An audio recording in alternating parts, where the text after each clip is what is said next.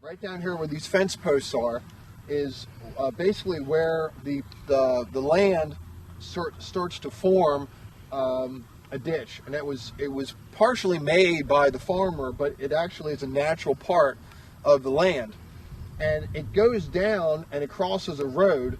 And if you look down there far enough beyond that house, it goes down there across the road.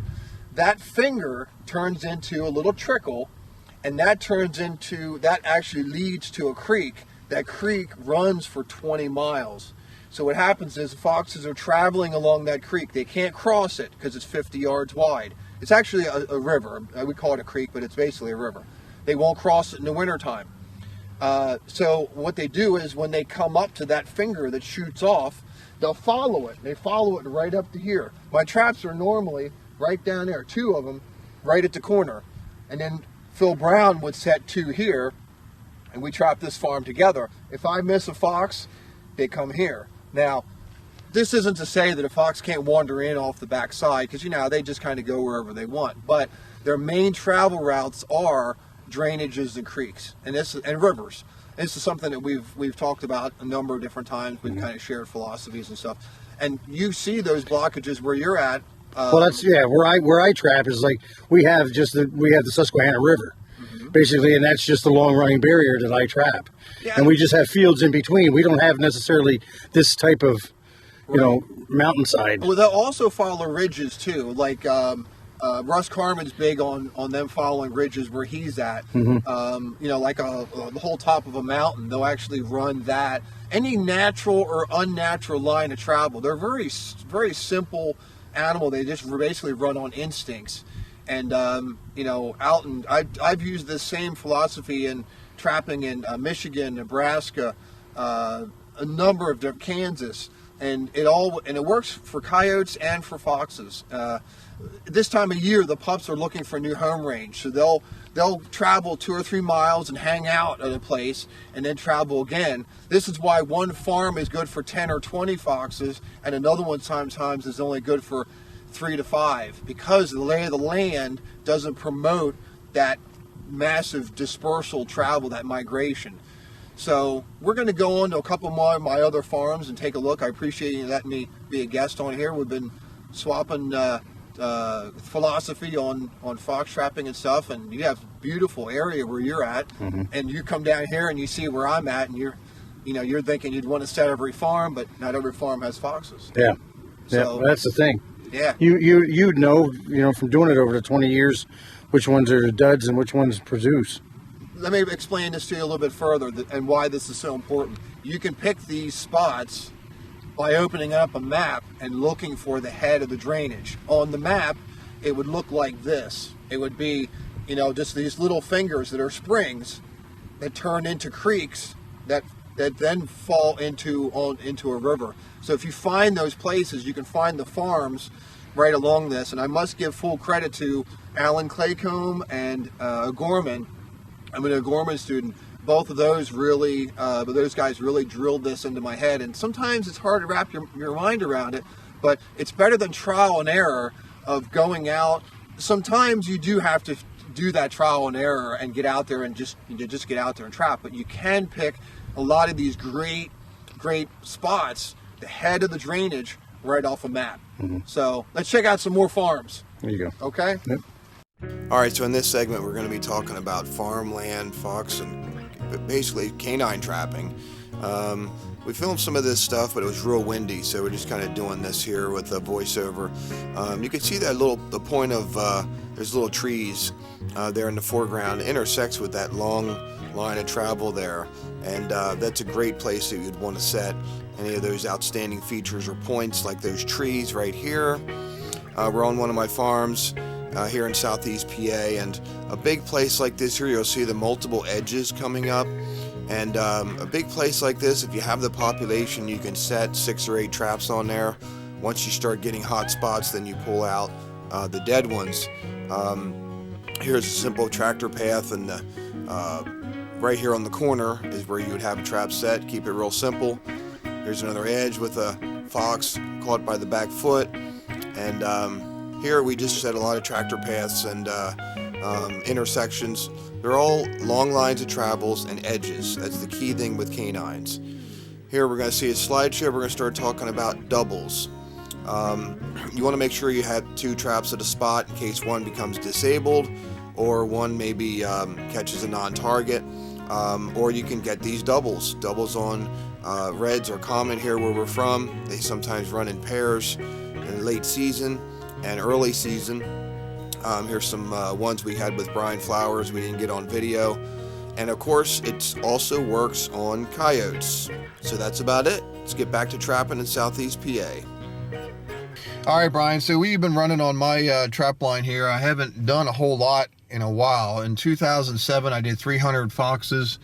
In 2008, I did 400 foxes, running about, first year was 60 days, second year was 100 days. And I haven't done a whole lot since then because I had to grow up and become a dad and started a new career. So it's been interesting to be able to have you. Earlier in the week we had Glenn Witchie here from Wolf Creek Products, but then you came down and ran with me here and did pretty good today. We had a day of 8. Yeah, eight today. And now I can understand why you get some big numbers here because you have the fox here. Yeah, well when it connects, it works.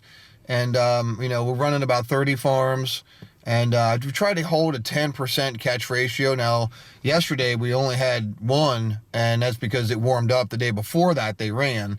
But we had a 25-degree temperature change. Yeah, last time they were just out. When that barometer moves, usually it's a day before when the barometer starts to move. It's kind of one of the great mysteries. Nobody knows really how and why they know. Before the barometer even starts to move, they'll actually move that day before. Same thing with coon trapping. Yeah. You get like the dead of winter, then you know you have a warm-up coming up. Go set some traps. Yeah. The coon will be out. Yeah. Well, other than snow. Right. Snow will deter them, but cold weather, they get their warm-up day, that's when they'll start running again. Well, the week before that, we had a warm-up, a pretty good warm-up from about 10-degree warm-up, and the foxes move then. So whenever there's a warm-up or a major cool-down, they'll move. And I noticed that. I kept really, really strict records on that when I ran. Mm-hmm. And but I'm glad you're able to come along. And it was amazing. Yeah, it was wonderful. Yeah, we pretty much we got some reds around here for sure. Yeah, we run real simple. We run 2 traps to a farm, and we'll go 2 or 3 miles down the road.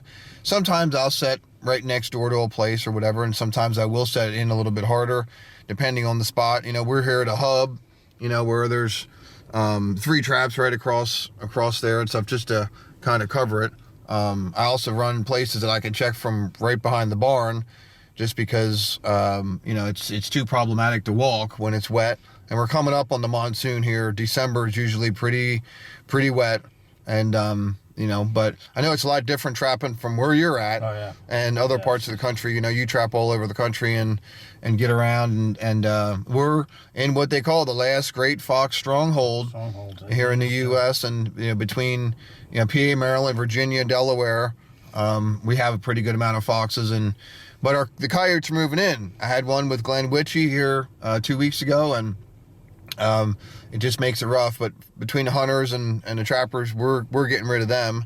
They seem like they are coexisting. One of my friends, Jim Hassler, actually mentioned that he thinks they are sort of coexisting, but that won't last long. And you've seen that. You've seen that where you're from. Unfortunately, it's inevitable. The coyote's going to come in, and the only thing we can do is just try to reduce their numbers. Right. I know you noticed it. How long ago did the coyotes come in and take your foxes out? Where you're from? About 10 years ago. Okay.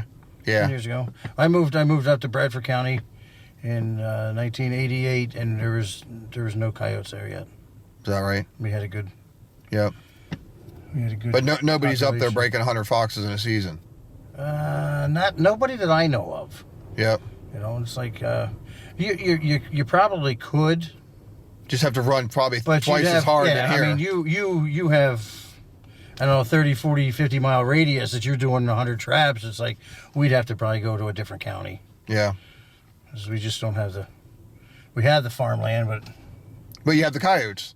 Exactly. I mean, it's like last year when we were doing my video. I mean, I couldn't keep the coyotes out of my sets. And Yeah. And that's what you have to do. You have to set for the biggest animal that you might catch. Mm-hmm. So it's now we're using the 1 3/4 or the 2-inch trap. Yeah. Just to hold them big buggers. Is northern yotes are. I mean, we got some big. The one we caught with Glenn Witchy was 40 pounds. It looked bigger than that. They always look bigger than what they are, but very powerful. And they do have an effect on the foxes. And of course, we're in a time period now where fur isn't worth much, and so you've got hardly any trappers out there, which is bad because they're not actually getting the coyotes. Thankfully, we have a lot of hunters, so hunters are out there taking them out, and even the farmers and stuff, But anyway, I'm glad you're able to ride along and see this. And I'm going to be going up to your place and doing some trapping up there, and we'll probably film that and stuff. And so I'm glad you had a good time here. I had a blast. Yeah. So we're gonna go check these traps out and we start skinning. Yeah. Now we got a lot to skin. That's a good thing. Plenty of skin, that's for sure. Yeah. All right. Fur Life is proudly sponsored by Uncle Freddy's Gut Glove, The Buck Cage, Comstock Custom Cages, Dusk to Dawn Bow Fishing, Mountain View Guide Service, The Stealth Screen, The Raptor Razor, Night Owl Lures, Wolf Creek Products, J3 Outdoors, PCS Outdoors, Lennon Lures,